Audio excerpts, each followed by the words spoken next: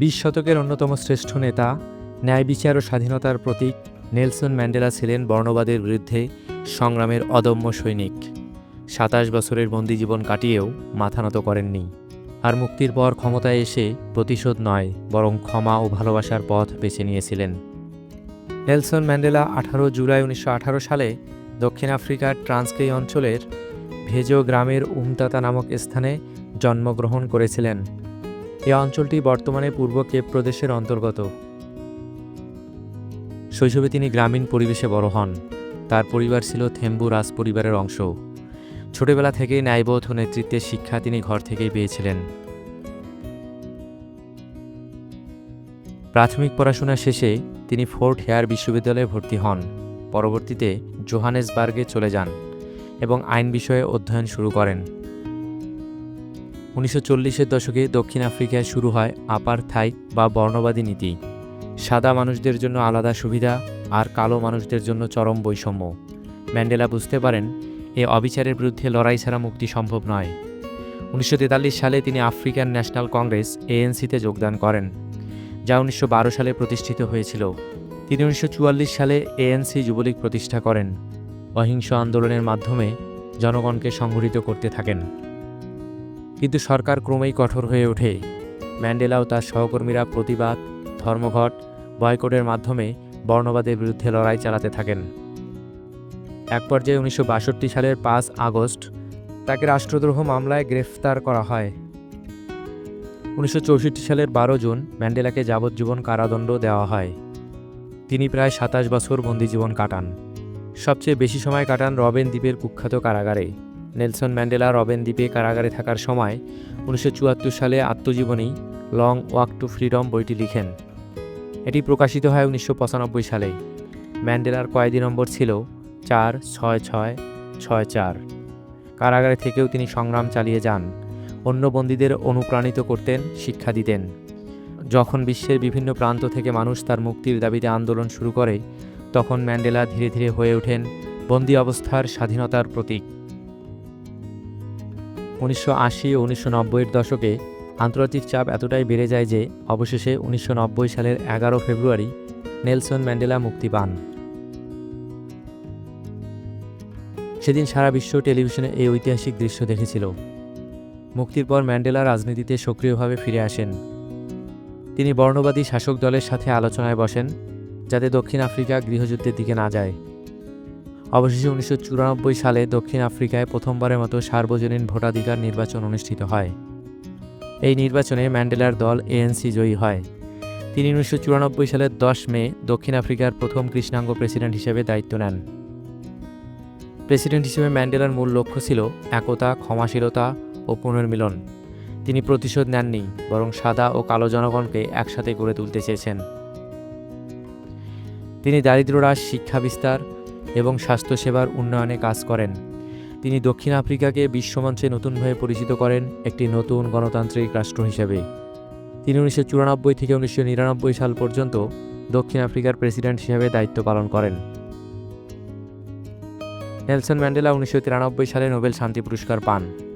তিনি এই পুরস্কারটি পেয়েছিলেন দক্ষিণ আফ্রিকার তৎকালীন প্রেসিডেন্ট ফ্রেডরিক উইলিয়াম ডি ক্লার্কের সঙ্গে যৌথভাবে। দক্ষিণ আফ্রিকায় দীর্ঘদিনের বর্ণবৈষম্য নীতি শেষ করার প্রক্রিয়ায় তাদের অবদান, শান্তিপূর্ণভাবে গণতান্ত্রিক পরিবর্তন আনার প্রচেষ্টা, কৃষ্ণাঙ্গ শ্বেতাঙ্গ জনগণের মধ্যে সমতা ও সম্প্রীতি প্রতিষ্ঠায় ভূমিকা রাখার জন্য নোবেল কমিটি তাদের এই পুরস্কার প্রদান করেন। নোবেল কমিটি ঘোষণা করেছিল যে ম্যান্ডেলা ও ডি ক্লার্ক তাদের নিজ নিজ নেতৃত্ব আপসীন আলোচনার মাধ্যমে একটি নতুন গণতান্ত্রিক ও বর্ণসমতার দক্ষিণ আফ্রিকা গঠনে পথ তৈরি করেছেন। 1997 সালের 25 মার্চ নেলসন ম্যান্ডেলা বাংলাদেশে আসেন। তিনি 27 মার্চ পর্যন্ত বাংলাদেশে ছিলেন। এই সময় ফিলিস্তিনের প্রেসিডেন্ট ইয়াসির আরাফাতও বাংলাদেশে আসেন। স্বাধীনতার 25 বছর পূর্তি উপলক্ষে তারা বাংলাদেশ সফর করেন। এই সময় সোহরাওয়ার্দী উদ্যানে শিখা চিরন্তন উদ্বোধন করেন। 1999 সালে ম্যান্ডেলা রাজনীতি থেকে অবসর নেন। এরপর তিনি বিশ্ব শান্তি, দারিদ্র্য বিমোচন ও মানবাধিকারের জন্য কাজ করে গেছেন। 2013 সালের 5 ডিসেম্বর বর্ণবাদ বিরোধী আন্দোলনের এই মহান নেতা মৃত্যুবরণ করেন। ম্যান্ডেলার মৃত্যুর পর দক্ষিণ আফ্রিকায় 10 দিনের জাতীয় শোক ঘোষণা করা হয়। এই সময়ের মধ্যে নানা আনুষ্ঠানিকতা ও শ্রদ্ধা নিবেদন করা হয়।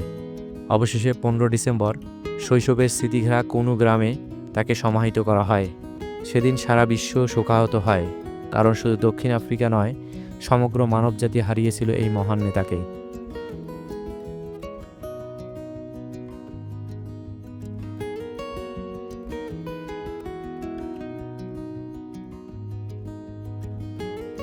নেলসন ম্যান্ডেলা ছিলেন স্বাধীনতা, ন্যায় ও মানবতার প্রতীক। তার অনেক অনুপ্রেরণামূলক উক্তি আজও বিশ্বজুড়ে মানুষকে সাহস যোগায়। এখানে তার কিছু বিখ্যাত উক্তি উপস্থাপন করা হলো। শিক্ষাই হচ্ছে সবচেয়ে শক্তিশালী অস্ত্র, যা দিয়ে তুমি বিশ্বকে পরিবর্তন করতে পারো। আমি কখনো হারি না, আমি হয় জিতি নয়তো শিখি। কোনো কিছু না হওয়া পর্যন্ত তা অসম্ভবই মনে হয়। সাহস মানে ভয়ের অনুপস্থিতি নয়, বরং ভয়কে জয় করার ক্ষমতা। সাহসী মানুষ সে নয় যে কখনো ভয় পায় না, বরং সাহসী মানুষ সে যে নিজের ভয়কে জয় করতে পারে। কেউ কারো প্রতি ঘৃণা নিয়ে জন্মগ্রহণ করে না। যদি তারা ঘৃণা শিখতে পারে, তবে তাদেরকে ভালোবাসাও শেখানো যায়। জীবনে সবচেয়ে বড় গৌরব একবারও না পড়ায় নয়, বরং প্রতিবার পড়ে গিয়ে আবার উঠে দাঁড়ানোতে। স্বাধীনতা মানে শুধু নিজের শৃঙ্খল ভাঙ্গা নয়, বরং অন্যের স্বাধীনতাকে সম্মান করা। স্বাধীনতার সাথে দায়িত্বও আসে। একজন ভালো নেতা হলেন সেই ব্যক্তি যিনি মানুষের কাছাকাছি থাকতে পারেন, আবার প্রয়োজনে সামনে দাঁড়িয়ে পথ দেখাতে পারেন। কোনো বিশাল পাহাড়ের চূড়ায় ওঠার পর একজন দেখতে পায় আরোহণের মতো আরও অনেক পাহাড় রয়েছে। আমরা এমন একটি সমাজের জন্য যুদ্ধ করছি যেখানে মানুষের বর্ণ নিয়ে কেউ চিন্তা করবে না। আমি সাদাদের আধিপত্যের বিরুদ্ধে লড়াই করেছি এবং কালোদের আধিপত্যের বিরুদ্ধেও লড়াই করেছি। যদি আপনি আপনার শত্রুর সঙ্গে শান্তি স্থাপন করতে চান, তবে আপনাকে অবশ্যই আপনার শত্রুর সঙ্গে কাজ করতে হবে। তাহলেই সে আপনার অংশীদার হয়ে উঠবে। পৃথিবীতে প্রতিশোধ গ্রহণের মাধ্যমে আপনি যতটা অর্জন করতে পারবেন, তার চেয়ে ঢের বেশি অর্জন করতে পারবেন ক্ষমা প্রদর্শনের মাধ্যমে। প্রত্যেকেই নিজ নিজ পারিপার্শ্বিক পরিস্থিতির ঊর্ধ্বে উঠতে পারে এবং সাফল্য অর্জন করতে পারে, যদি যা সে করছে তার প্রতি নিবেদিত প্রাণ ও সত্যিকারের আন্তরিক হয়। রাগ হলো বিষের মতো, যা অন্যকে ক্ষতি করার আগে নিজেকেই ধ্বংস করে। সহজ কাজ করলে নয়, কঠিন চ্যালেঞ্জ গ্রহণ করলেই চরিত্র গঠিত হয়। কঠিন সময়ে শান্ত থাকা আসল শক্তি। আমি মূলত একজন আশাবাদী মানুষ। এটি জন্মগত না পরিবেশগত তা আমি বলতে পারি না। আশাবাদী হওয়ার অর্থ হলো সবসময় মাথা উঁচু রাখা আর সামনের দিকে এগিয়ে যাওয়া।